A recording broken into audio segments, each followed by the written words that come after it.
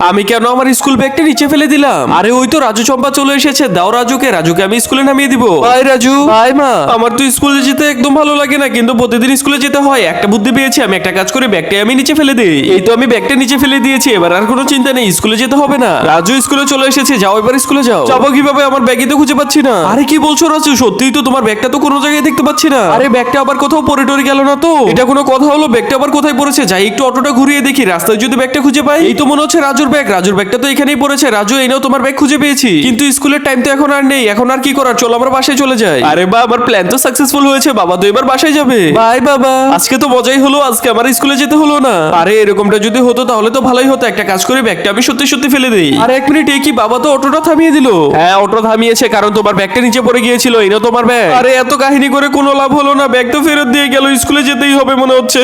আরে আমাদের রাজু তো অনেক চালাক হয়ে গিয়েছে। বন্ধুরা, আমি 2 দিন ধরে খাবার না খেয়ে আছি। প্লিজ তোমরা সবাই ভিডিওতে লাইক দিয়ে চ্যানেলটি সাবস্ক্রাইব করে দাও, যাতে আমি খাবার পেয়ে যাই।